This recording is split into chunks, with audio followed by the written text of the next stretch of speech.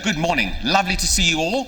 I'm here to provide you with the first of the sort of speakers, the more formal session of the conference, something about where we are at in the world, something about Africa as well, and just a few things about the aviation path going forward. I'm not part of your industry.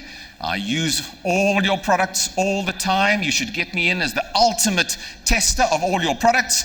But I am here to give you the macro overview as to where the world is at, in my humble opinion, and what lessons can we learn essentially for the way going forward. So sit back. I never say relax with my presentations. Have something strong if you need something strong to get through the next half an hour. Bring out that hip flask if you have a hip flask with you. Sometimes you need it for my presentations because I like to call it like it is very often. Now, I've called the presentation Take Off Loading because I do think that Africa in general is in a loading positioned for takeoff, but obviously from your industry in particular, there are a number of issues that need to be put in place. We've spoken about many of those issues before at successive AviaDev conferences, and no doubt not all of those issues are going to be resolved over the next 48 hours or so. But by way of introduction, let me just put this particular image up on the screen to all of you. Because frankly, everybody, when you look at the global environment, we probably should all be freaking out about those big picture issues that are affecting the world and are affecting every aspect of our business as well. We're in a very unfortunate stage in global history right now, in my humble opinion. There are multiple crises in multiple spheres that are occurring simultaneously. And each of these crises have affected you in part and probably will in the future, whether you like it or not. And certainly the pandemic itself was one of the many polycrises that has recently affected us. We've managed our businesses, warts and all, over the course of the last 3-4 years or so, and perhaps we now are better placed in case for future pandemics. But the rest of the crises are with us. The rest of the crises are crises that you see every day. The destruction in Europe that is occurring right now, the issues relating to inflation, which have plagued all businesses, but particularly this industry as well, over the last 2 years or so. We have looked at dramatically rising interest rates, which has affected every single aspect of business. You saw the US Fed yesterday pause their interest rising cycle, but let's not be overly optimistic that that heralds the beginnings of the downturn of interest rates. It could very well be that this is just a pause to ultimately get us through the next hurdles, which could involve some more interest rate cycles, but more of that in a moment. All of this has had a dramatic effect on the global economy, and it's had a dramatic effect on financial institutions as well. Heavyweights in the industry in the United States and in Europe being affected by these very rapid interest rate rises and the knock-on effects in terms of their products and services. And if that's not enough, we are living in a world that is more fragmented politically, ideologically than ever.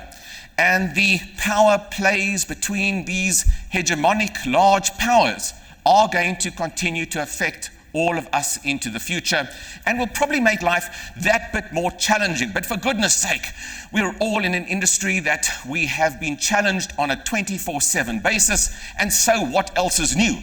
We will adapt, we will change our world of work, and we will get through it all. But you have to be aware and you have to be ready for the consequences of all of this against the backdrop of dramatic climate change. And there's nowhere more dramatic than here on the African continent and the potential negative effects on GDP over the course of the next 30, 40 years if we do not improve the broad sustainability programs that we should have in place as a continent.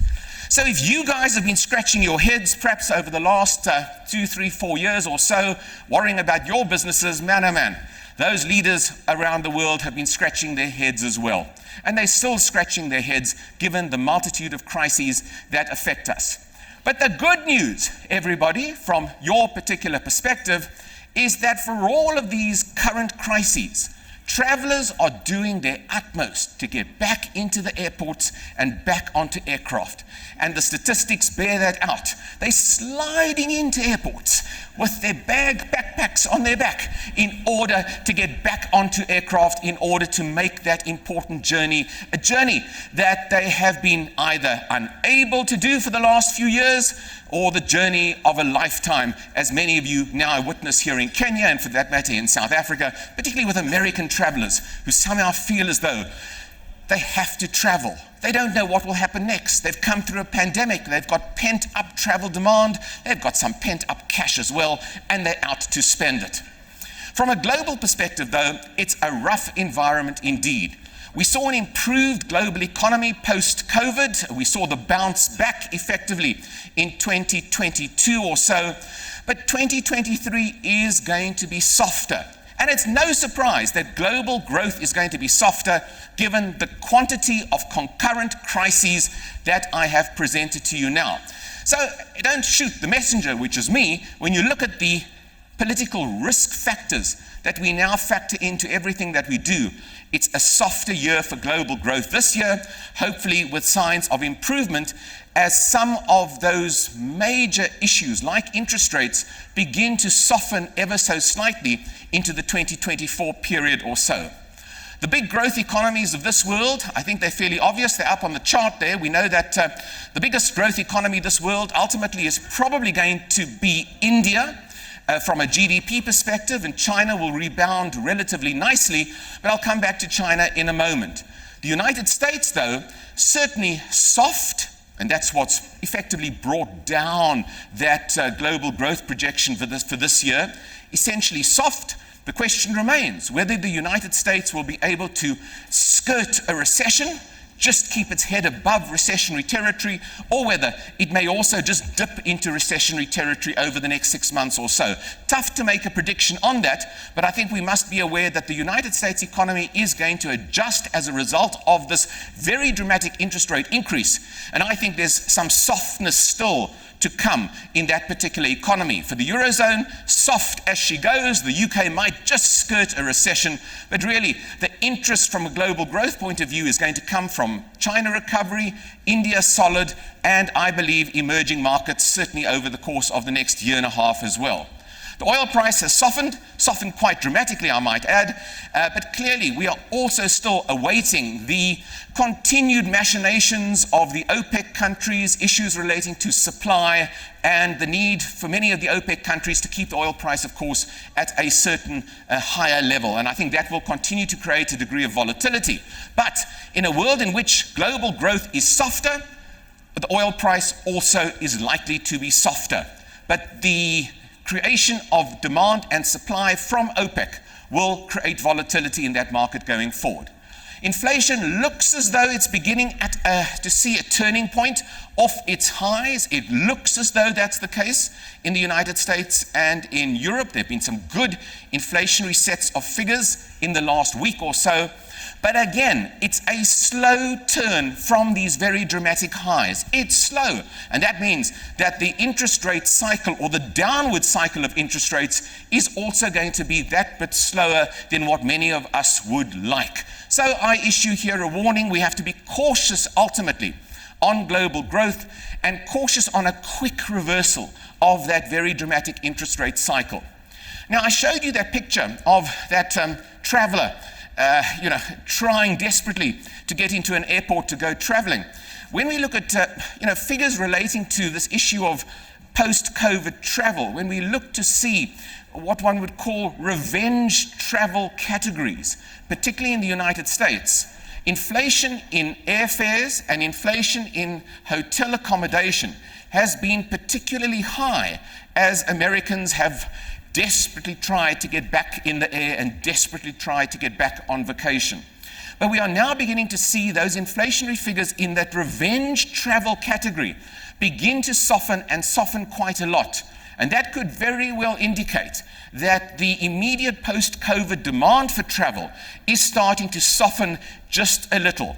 So again, I don't want to be the bearer of more negative news, But the good bounce back that many of you have seen, particularly in the aviation sector, the good bounce back could very well be a little slower over the course of the next year or two as we begin to restore some normalcy to global travel patterns and the demand for travel going forward. For our friends, of course, off in China, it's also not a particularly easy environment. The Chinese economy will bounce back, but growth projections for China over the next 5 to 10 years or so are much softer than they were. China is not going to grow at 8, 9, 10, 15% GDP as she did. We've just seen the data from last night show that manufacturing not as good as the Chinese would have hoped, and I think it's a slower recovery for China. So it's going to be a slower recovery for inbound tourism for much of this continent from that Chinese market also looking to travel in future. So the global picture is indeed mixed. The African picture, of course, also in a sense mixed. There is resilience, and there's always been resilience on this continent.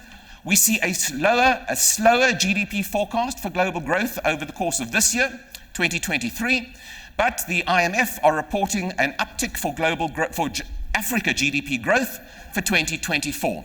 And that uptick is quite substantial. You can see the left-hand graph here, 4.2% GDP growth for Africa, sub-Saharan Africa, as opposed to the 3.6% this year. So this is indeed a continent which is bucking the global trend in terms of those growth projections over the next year or two. It's going to grow above average from a GDP perspective, and that gives me great enthusiasm, ultimately, clearly, for this industry as well. But the chart on the right simply indicates that Africa's growth is not back. It's not back to pre-COVID levels. It's still below pre-COVID levels. So we're still in a recovery phase. Now, it's not so easy for you to see the data on the screen here. You can see the regional performance for Africa's economies over this year and into next year or so. The highlight, I suppose, from regional GDP growth ultimately is where I am standing right now, here in Kenya, East Africa. This is where the interest is going to be. West Africa is where the interest is going to be from a GDP point of view. And it's going to be fairly exciting. I mean, Kenya growing at 5% GDP for this year. I come from South Africa, where 5% is the stuff of fantasies, let me tell you. I dream about 5%. I dream about 5% for South Africa. We are lucky if we're going to do 0.5% in South Africa. So the Kenyans in this room can give yourself a round of applause that you are managing to really buck the trend and show perhaps the rest how to do it in a post-COVID environment. The South African or the Southern African growth outlook, very weak, largely as a result of South Africa's weakness. We drag down the SADC region in particular, and Nigeria also to a degree has dragged down West Africa as a result of the size of her economy. Changes are coming to Nigeria as well. But from your perspective, we are seeing a particular concentration on travel, tourism, and transport services as a priority area for the Africa Free Continental Trade Association Agreement, which is critical. This year itself, the focus from the AFCTFA is going to be on your industry and the broader operating environment that either works or in many cases doesn't work. And I think that's exciting because here is an absolute emphasis on this particular issue, and it holds great prospects for you. We know, and we've said this before, and for good heavens, I mean, how many times can one say it? But inter-African trade remains remarkably low and remarkably disappointing. If your industry is going to grow, it's going to grow not just on an American traveler who wants to make the trip of a lifetime. It's going to grow on what happens on this continent. It's going to grow because of trade and business connectivity on this continent. And we cannot continue to be a continent where we barely trade with each other instead of trading in a majority sense with those outside of our own continent. So there's much work to be done on this. There's much work to be done on, broadly speaking, uplifting the lives of ordinary people. You can talk about improving GDP, as I've said, about Kenya.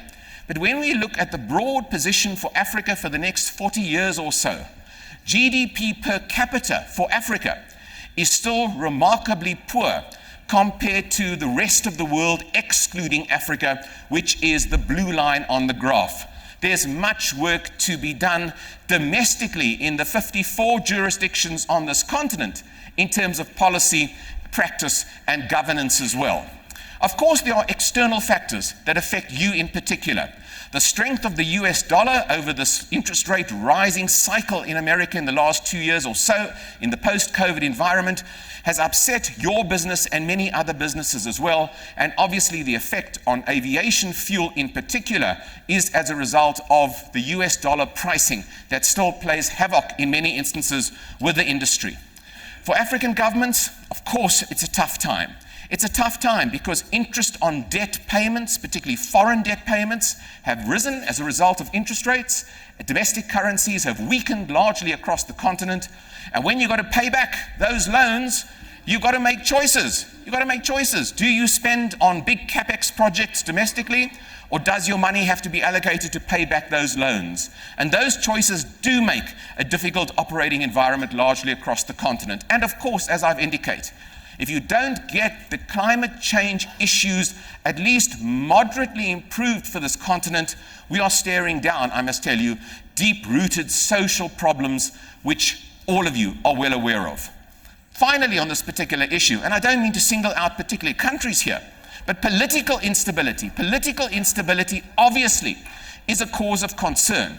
It doesn't take much to change sentiment. Sentiment shifts like the breezes in the wind, like the ocean currents.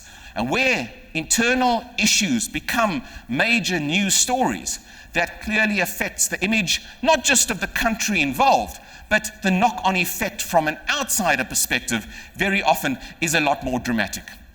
But having said that, and those are the headwinds, and you've got to be realistic about those headwinds, there of course are tailwinds for Africa as well. There are fundamentals that haven't changed on this continent.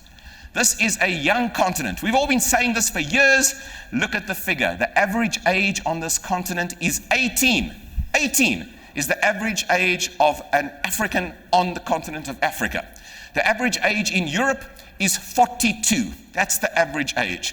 The average age in Asia, 31. And when you look at that particular issue, well, age is wonderful. A young population offers opportunity, it offers innovation, particularly in the IT sector. Of course, a young population, as many of you know, is also a risk. Young people are often dissatisfied, and they become dissatisfied quickly. They demand more from their governments, more than their governments probably have ever offered in the past. And that has its own set of issues and challenges. But with youth on its side, this clearly, when looked in the context of the world, offers tremendous opportunity and potential. Population for the continent, of course, is relevant. The size of Africa's economy and the size of her population as a percentage of the world's economy is very interesting to compare and look at. Just look at the chart. Africa now in, 2020 or so, Africa 2020, we've got 3% of the world's GDP, 3% of the world's GDP, with 17% of the world's population. 3% of the world's GDP, 17% of the world's population. That's got to change, everybody. That's got to change. You cannot have that particular position. Otherwise, you're not going to look after those young people coming on stream, demanding all sorts of opportunities for them going forward. And frankly, by 2040, we are going to see Africa's population at nearly 1/4 of the world's population. Nearly 1/4, just in the next 20 years, will be African. And it's not good enough that this continent will only contribute just under 5% to global GDP. So there's a contradiction there, and that's got to change going forward. The plus, of course, and this is important for your industry, is that we are urbanizing at a record pace, and our urbanization figures really now largely have overtaken China and will continue to urbanize in future. It's quite remarkable when you look at the map of the continent and you look to see where are those cities of the future. And all of you are studying the issue of where are those big global growth points, not just in numbers of people, but in GDP output as well. You can get an idea here. You can have a quick snapshot on this. We'll give you some of these charts if you want. But in the next 20 years, Africa will have 21 cities. That's 19 more cities than today, with more than 5 million people in them. And that's a tremendous challenge, a tremendous opportunity though, and an impetus to re-look at connectivity and how connectivity between these urban conurbations, and they're spreading and they're connecting and they're interlinking with one another. What an opportunity for you all. Now, anyone recognize this particular livery on this particular plane? I tell you, when I do talks, I always like to put up a slide just to break the chart. I was in the Kingdom of Eswatini only last week, and that's why I thought, small things can be good, everybody, I must tell you. The Kingdom, of course, it's one of the newest airlines on the continent. African aviation and international aviation now has to look at all of those issues and attempt to integrate it into your discussion. We have seen from a global perspective that air ticket sales are back. That's the data from Forward Keys. We can see that business travel, leisure travel are back post-pandemic.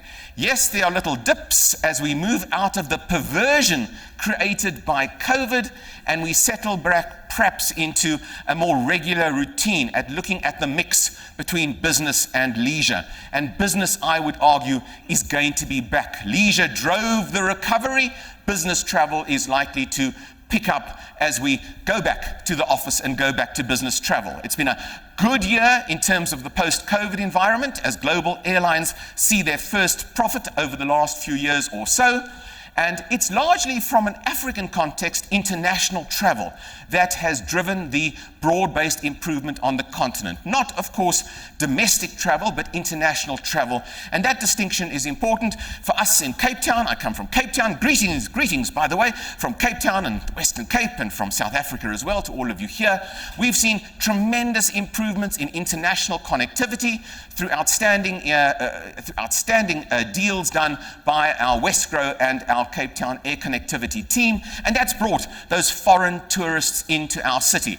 But it's not just about that, it's intra-Africa and domestic tourism that's critical as well.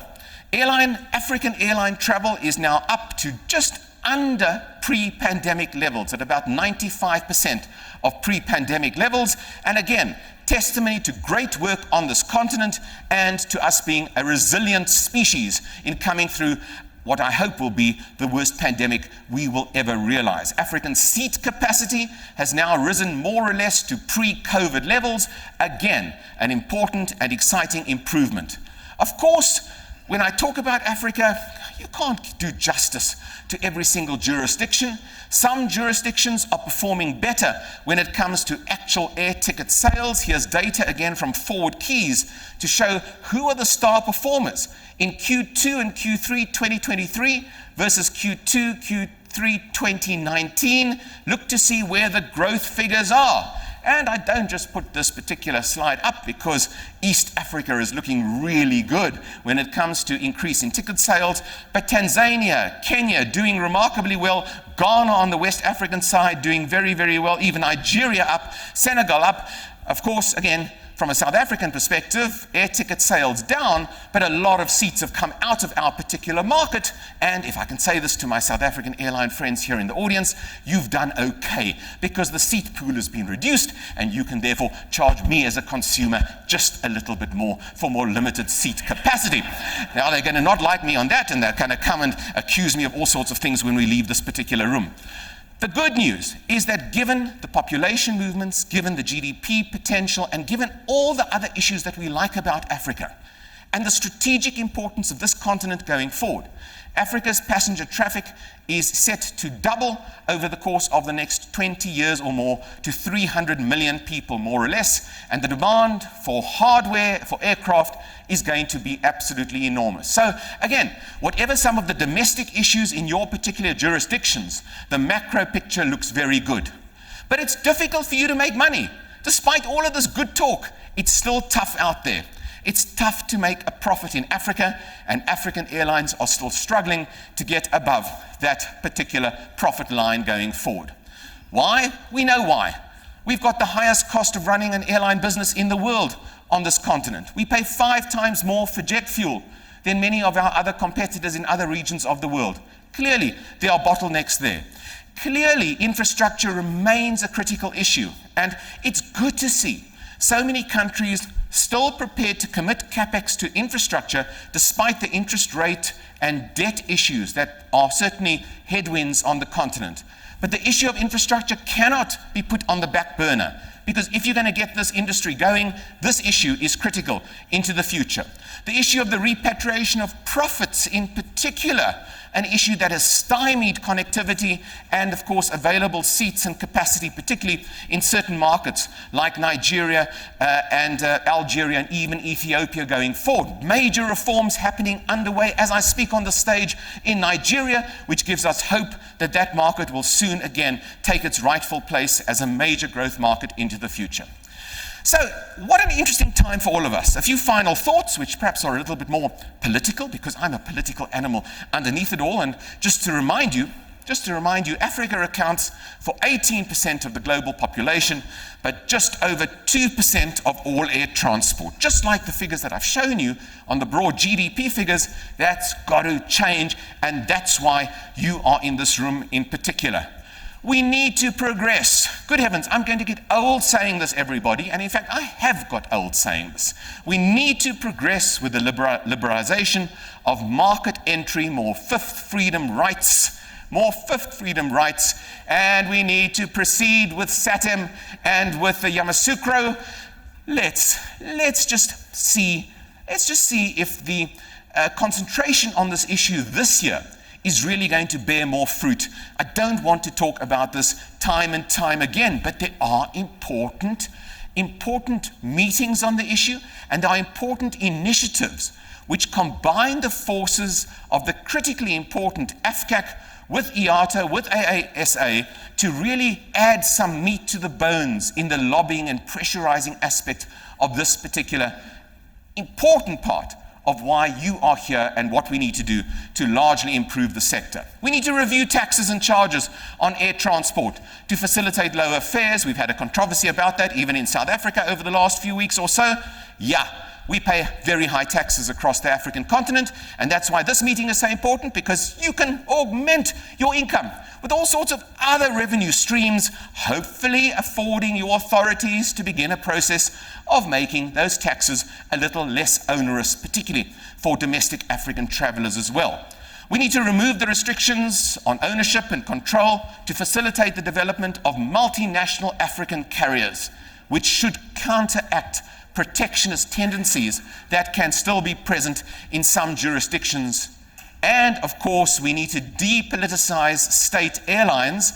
I know all about that, coming from my home country. We need to depoliticize state-run airlines with real managerial and financial expertise. Finally, everybody, I came here into Kenya under the new South Africa-Kenya visa regime. What an efficient and seamless entry I had into your country. What a pleasure, what a pleasure.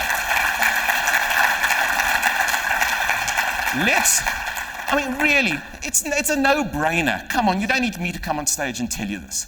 Let's pressurize this whole continent to do what you've done in terms of the e-visa ease that I encountered. I applied for my visa, which I didn't actually need, at 3 a.m. in this morning. I took a picture of myself at 3 a.m.